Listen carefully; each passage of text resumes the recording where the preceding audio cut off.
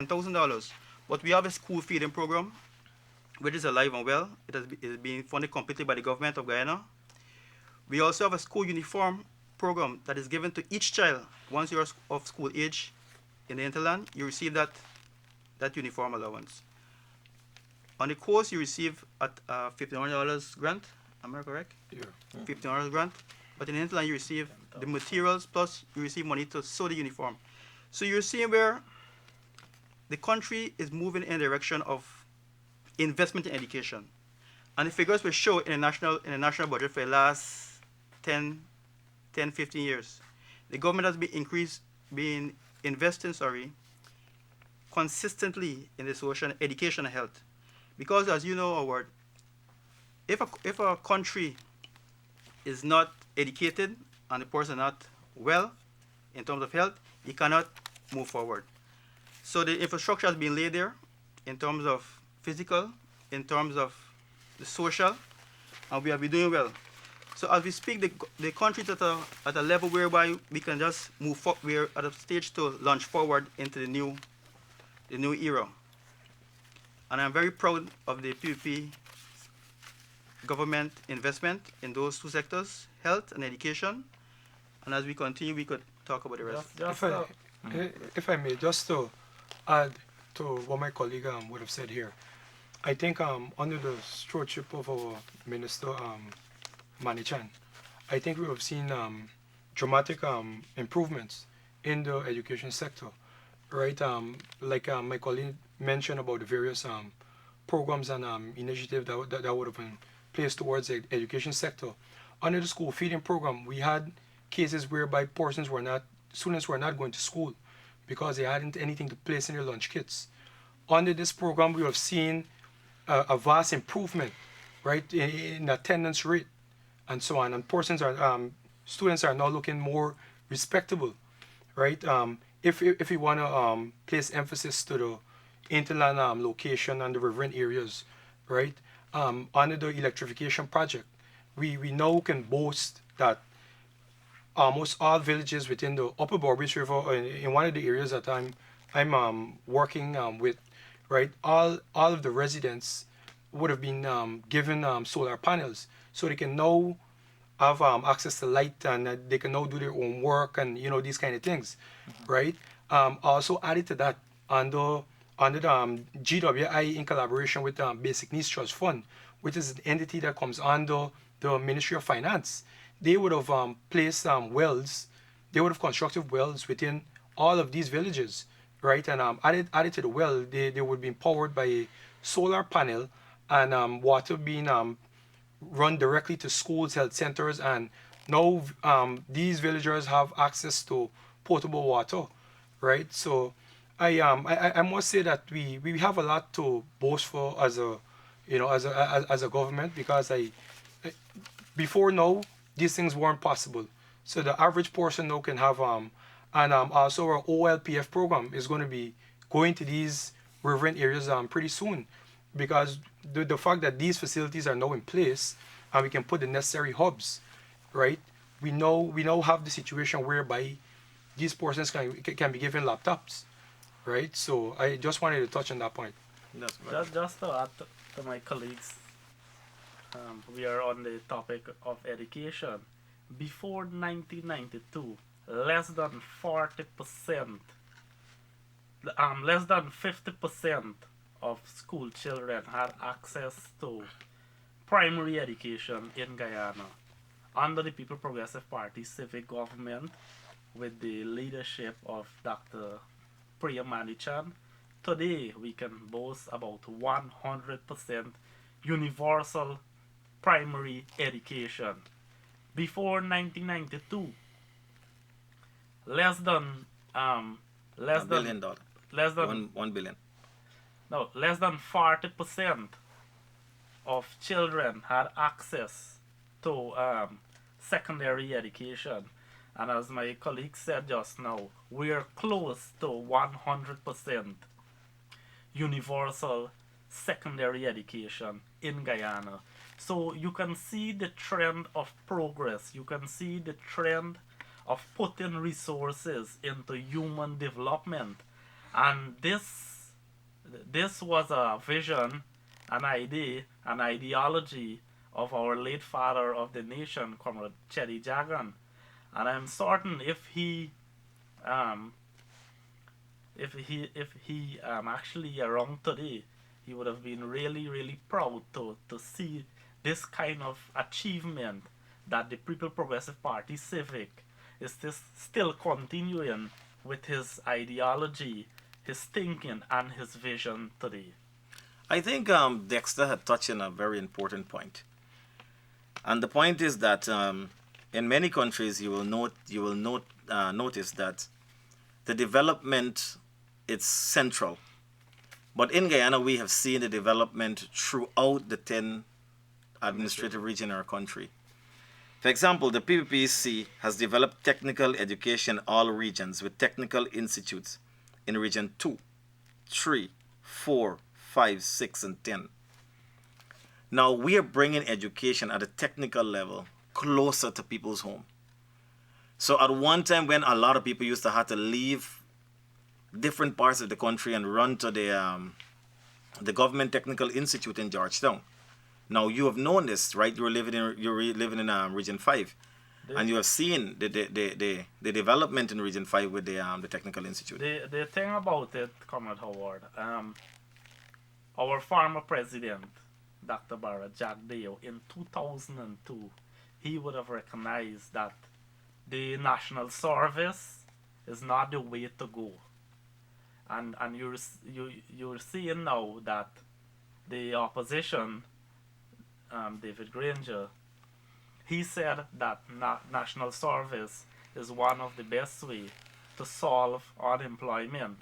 And at that time, the former president in 2002 had abolished national service. He believes that young people should be involved in business. He believes that young people should be skilled person. They should not be marching and being military, and because of that, you see this massive investment in our young people today, so they can be that individual of their own. They can be that person, and that is why you see this massive investment in all our regions, so that our young people can gain more knowledge. They can be that individual that they want to be. Well, what I can tell you in that aspect, the People's Progressive Party was formed in the 20th century. But today, as a party in the 24th century, has a lot of young people with vision for a party in the government. Fresh vision. Right?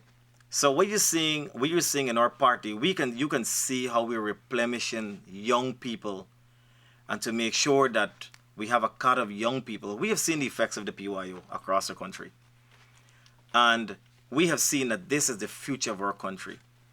Comrade Chetty always talk about the force and second, 11, and so on.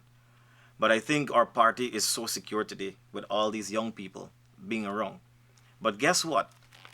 Even though we have seen all of this, I think the minds of Granger and most of the old people in the PNC, they're still stick. They're in fixation. They can't come out, right? You understand me, with the reality to say that, look, we are living in the 24th century as young people. So the ideas that they had what they had before, with this whole issue of dictatorship, this whole issue of, having a military, having people, in arms, it's not the reality of what we're seeing today. Guyanese want to see, young people want to see how could they develop themselves. They want to have education. They want to have access to land. They want to have access to portable water. They want to have access to development generally. So I think the ideas of these people, right, is been fixed, right, in the past, that even to date, we have not seen anything coming out of the PNC, UPNU coalition with AFC, telling us as young people what is there for the future. What is there for the future. Yeah. Howard, what is important to note from 2011 to now, presently, we have had opposition from 2011, the last election. They have been on a campaign of what I would refer to as anti-development, because the country has not advanced from that stage from 2011 to 2015. You will have noticed that at 2011 we were about to take the ICT program, which was part of the LCDS program, to a different level. We have seen continuously from 2011 whereby the opposition has been what we call cutting the budget. And that's plain. People don't like to hear you talk about cutting the budget, but it's a reality. And we had an opposition that was quite irresponsible, that affected persons negatively, persons who were about to move out of poverty, remain there, because we have an opposition of saying that you must not have this, you must not have that. For example, in the hinterland, we have airstrips. When you touch the hinterland airstrip, it's not in a good condition. The government invested so much, has budgeted so much money to develop those airstrips. The opposition said, no, we don't want you to have those money. We had programs for marine development, whereby the opposition always talk about the Amerinds are the poorest people in the country. Government not doing anything for them. But if you have a government that is putting forward money to develop programs for marine development, taking people out of poverty, and you have opposition saying no, who must you blame? It is clear that the opposition has been very irresponsible, and come May 11, I'm sure the persons will cast their vote accordingly, and which is a resounding yes for the CUP, which is the PP. If I may, Howard, right? Just to strengthen Govin's point in terms of youth development, I think it's just fair to make mention to two programs that were implemented by this government. Specifically, the Board of Industrial Training, right, whereby we would have trained like so many students that would have left school, right? We would provide them with the on-the-job training, so that pretty much they could function in a number of capacities, right? I think that was a major project and also successful. Added to that, right, we're on youth sports and culture, right? I think the Ministry of Culture, Youth and Sports would have done an excellent job in the ground enhancement project, because grounds all over the country would have been refurbished, right? I think this is evident, and I think this is indeed going to improve and enhance the quality of sports and youth in our respective areas, right? Because we would have seen over the years the decline in certain disciplines of sports and so on. And I think more than likely this program is going to contribute in some way towards sports being further developed. That's right. You see, one of the things what I want to get out to our young people is that if we look at the track record of the People's Progressive Party, and we have seen from 1992 the development, and I can tell you that all of these development is in keeping with the vision of Comrade and what he wanted to see for Guyana and the Guyanese people. But we have seen throughout the length and breadth of this country, and we have seen the motives of the opposition. Every positive development that comes to our country, the opposition do whatever it takes to make sure that it is being reversed. It is being reversed in our country.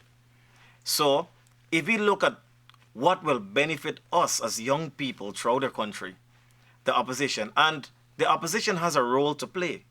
Basically, they have a role to play to make sure that they meet out also to their constituency, but they had moved in such a way so that they can allow us as Guyanese to punish, because of some little narrow-mindedness of a few people. Because if we have seen the specialty hospital in Guyana, and we have seen every single day what is happening and how many people are going around and asking for monies so that their family can go abroad. And we have not seen this as a positive in our country, whereby our local Guyanese can benefit right here in Guyana from specialized treatment, then if the opposition doesn't see this, then there's something wrong with the opposition.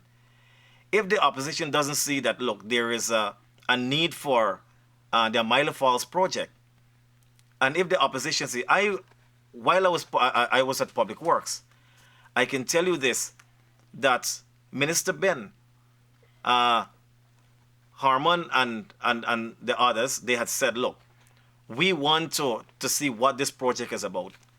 So Minister Ben took all the documents, we explained it to them. We explained it from an engineering perspective. Minister Ben even take them to their Milo Falls so that they can look at the project. But when they return, even though it was positive, when they returned, they said, look, because it's not something of the opposition, we just put it aside. Because they're being stymieing the development of our country throughout the years. And we have seen this. The president himself has said it in numerous occasions that, look, I have tried to mete out to the opposition to say, look, this is what is good for Guyana.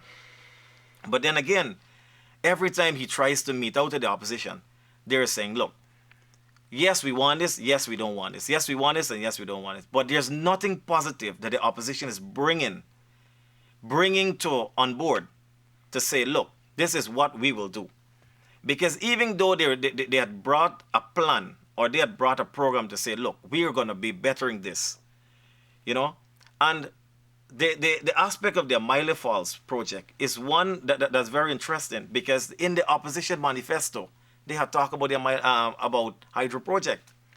And there is a project in the hands of the opposition to say, look, let's come together. Let's put our narrow-mindedness, or look at let's look at the bigger picture of Guyana's development, because this will not only benefit